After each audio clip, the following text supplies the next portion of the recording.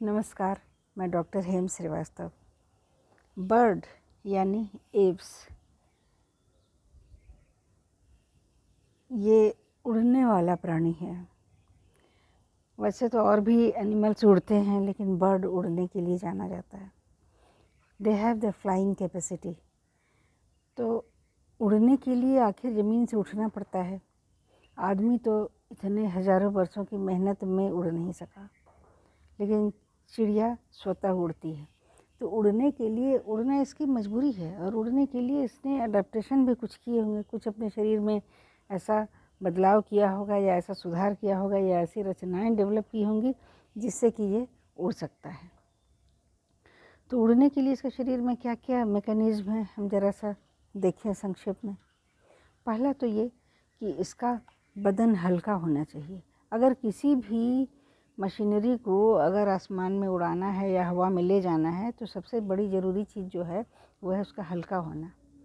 तो आप देखेंगे कि बर्ड का वज़न हमेशा कम होता है, हल्का होता है। हल्का होने के लिए इसका जो शरीर है उस पर फेदर्स भरे होते हैं, जिससे कि शरीर का वॉल्यूम्स बढ़ जाता है और इसकी डेंसिटी कम हो जाती है। इसे ये हल्का कहा जाएगा। इतना ही नहीं, इसके जो लंग्स होते हैं, इसके जो फेफड़े होते हैं, वो तो सॉलिड होते हैं, लेकिन सारे बदन में भर के एयर सैक्स होते हैं, हवा भरे हुए चैम्बर होते हैं, जिससे कि बॉडी की डेंसिटी कम रहे और ये इसको हवा में उछाल मिले, हवा में उछाल मिलता है। इसके अतिरिक्त इसकी आई साइट बहुत तेज़ होती है, क्योंकि उड़ते समय तो बहुत दूर तक का दृश्य देखना होता है ना। आप पैदल चल रहे हैं तो अब 5 मीटर का देख रहे हैं तो चलिए ठीक है, 5 मीटर का रेंज भी काफ़ी। लेकिन आप हवा में उड़ रहे हैं तो आपको काफ़ी दूर तक का आपको सीन आपको दिखना चाहिए, क्योंकि आप प्लेन को देखिए कितनी दूर तक उसे दिखता है, तब वो उड़ पाता है हवाई जहाज़। तो वही स्थिति चिड़िया की भी है। और फिर उड़ते उड़ते ही उसे देखना होगा कि कहाँ खतरा है, कहाँ दाना है, कहाँ पानी है। ये सब उसे उड़ते उड़ते ही देखना पड़ता है, इसलिए उसकी आई साइट अच्छी होती है। और हवा को चीर सके, हवा को चीरने के लिए इसकी बॉडी स्ट्रीमलाइंड होती है।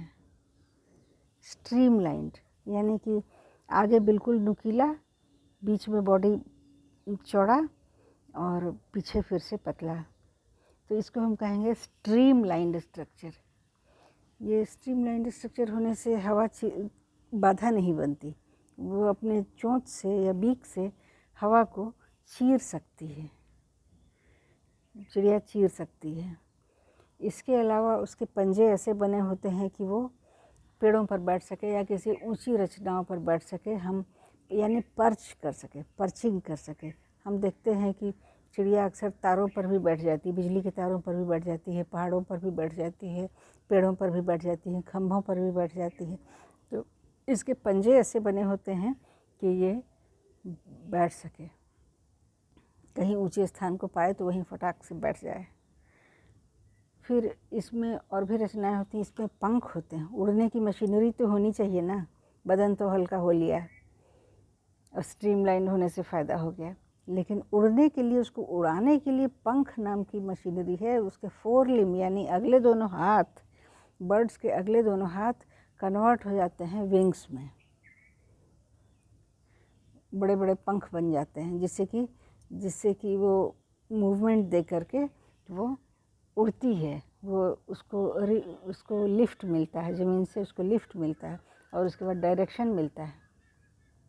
बर्ड की गर्दन भी लंबी होती है, उड़ते समय अपनी गर्दन को हिला सके, दिशा दे सके, सिर को किसी दिशा में ले जा सके, अपनी दिशा को आसानी से बदल सके, पीछे की चीज़ों के, अगल बगल की चीज़ों को देख सके, इसलिए उसकी गर्दन पतली होती है। इसके अलावा बर्ड्स की बोन्स को, हड्डियों को भी हल्का करने के पर्याप्त उपाय किए गए हैं नेचर के द्वारा।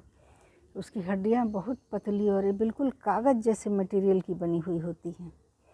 हड्डियाँ भारी भारी ह्यूमन बीइंग या मैमल्स के जैसी उसकी हड्डियाँ भारी भारी नहीं होती, बहुत ही हल्की हड्डियाँ होती हैं और एकदम कागज़ जैसे मटेरियल की बनी होंगी। और उनके अंदर भी बिल्कुल खाली चैम्बर्स होते हैं और उसमें हवा भरी होती है। हड्डियों के अंदर मैरो की बजाय, मज्जा की बजाय उसमें हवा भरी हुई होती है कि हड्डियाँ भी हल्की हों और ज़मीन से उड़ने में मदद मिले। इतना ही नहीं, चिड़िया के अंदर बहुत सारे जो स्ट्रक्चर्स हैं, जो बायोलॉजिकल जो स्ट्रक्चर्स हैं, उस स्ट्रक्चर्स भी अक्सर नंबर में कम रहती है, संख्या में कम रहती हैं।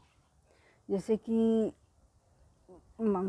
शरीर में, वर्टिब्रेट के शरीर में, जीवों के शरीर में हर अंग दो दो दो दो जोड़ा जोड़ा जोड़ा जोड़ा होता है, जोड़ा होता है।